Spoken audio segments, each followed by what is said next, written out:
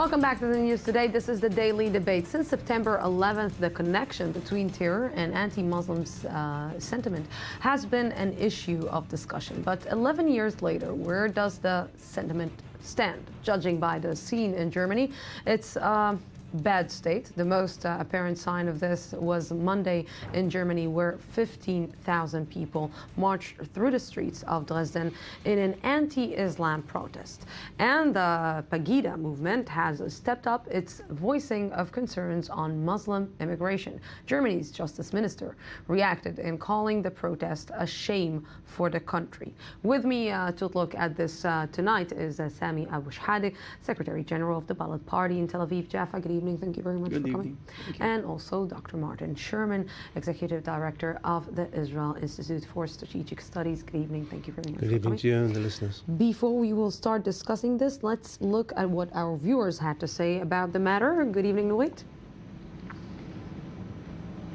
Good evening, Lucy. So we'll get right into it with our viewer comments today because, of course, the most relevant way to judge anti-Muslim sentiment is to see what people feel in their various communities around the world. So we asked our viewers if they feel anti-Muslim sentiment is indeed on the rise in the West.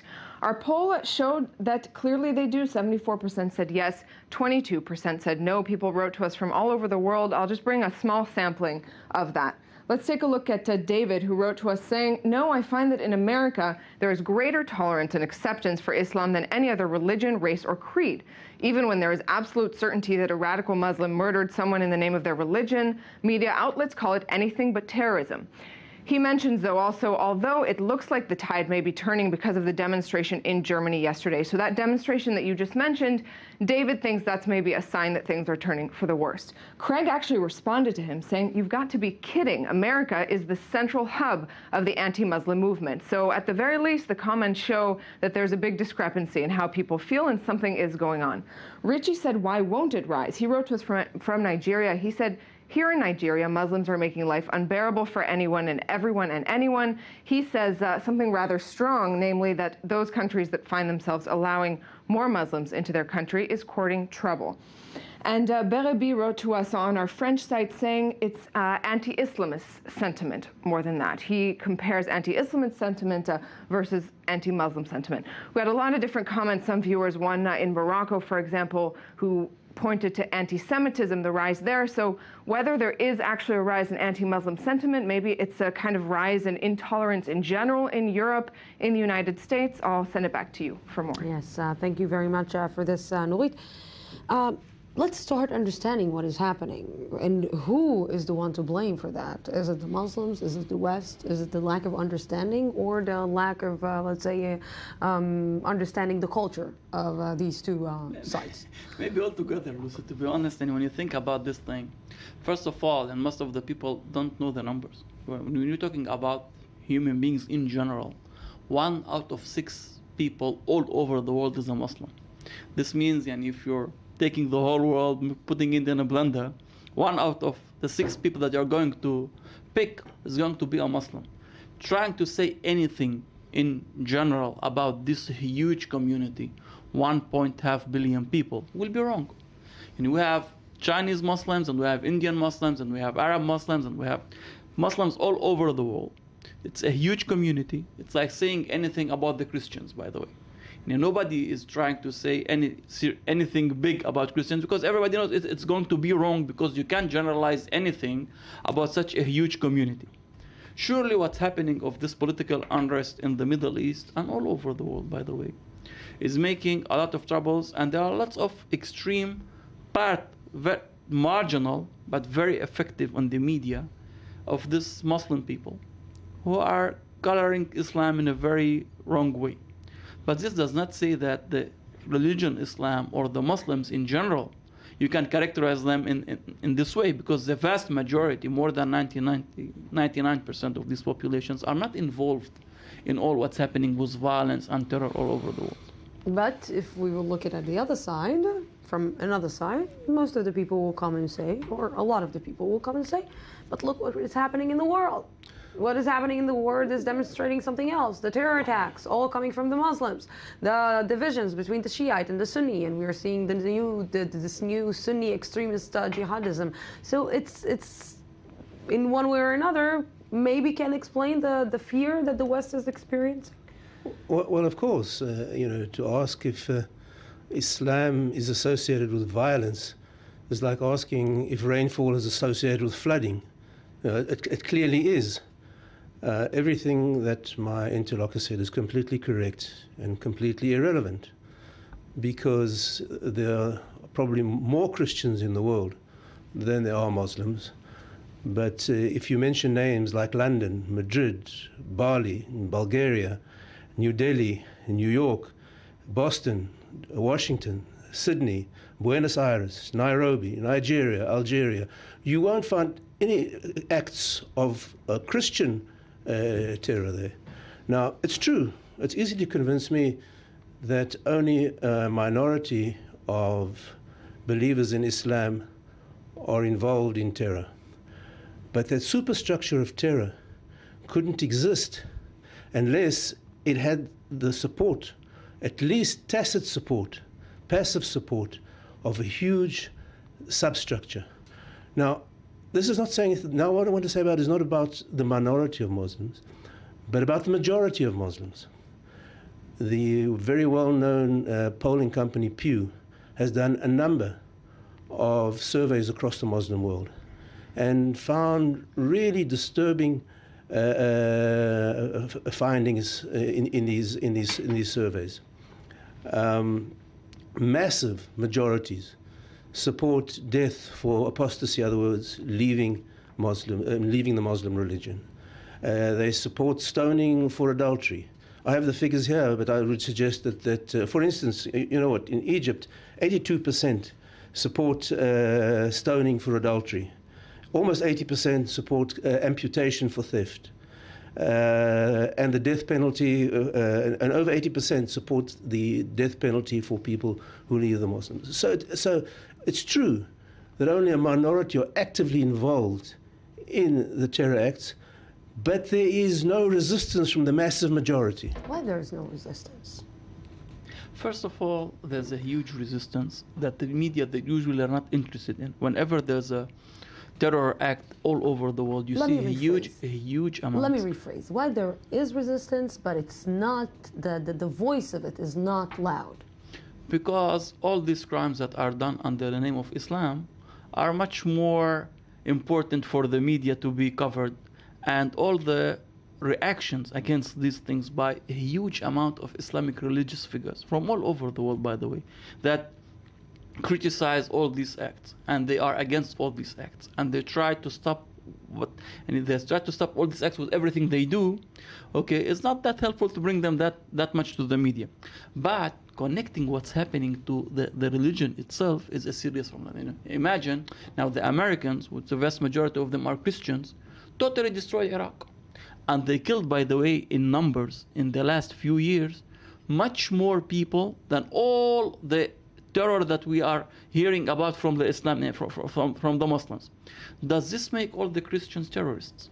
Or the Israeli state, which defines itself as a Jewish state, by the way, has been killing Palestinians since 1994. We're talking about 100,000 people killed, but these numbers are much bigger than what is happening all over. Does that say that the Jewish religion is a terrorist religion? It doesn't say anything. The Palestinian casualties know that there are certainly the result of Arab aggression. Sir, no, I agree with you, but there's certain you don't have to things. agree or disagree. You just have to listen until the end, and then you can tell anything you like to.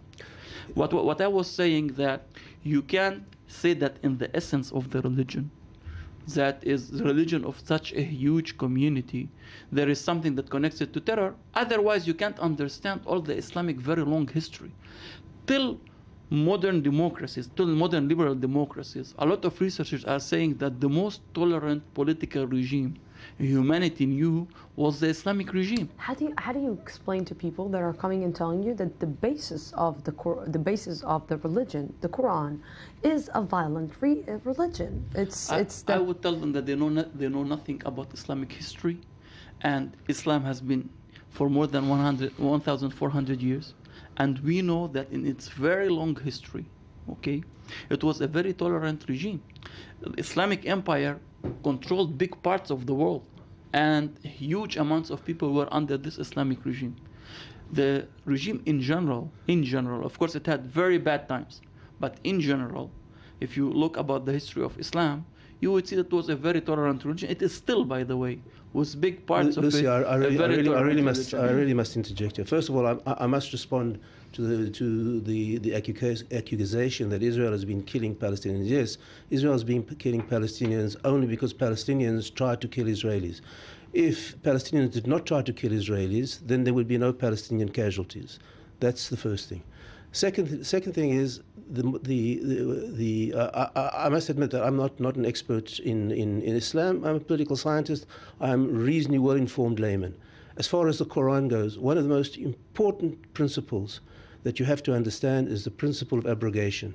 In the Quran, you can find passages which say love your neighbor, and passages which say slay your neighbor. Now, which of these are more valid? That's where the principle. In the Bible you can see there is a sentence in Hebrew. There is a sentence in Hebrew. Let me just one sentence, and I will let you. In the Bible you will see, in the Jewish Bible you will see, Hakam la'ogecha ashkem la'ogo. The one who wants to come and kill you, you kill him first.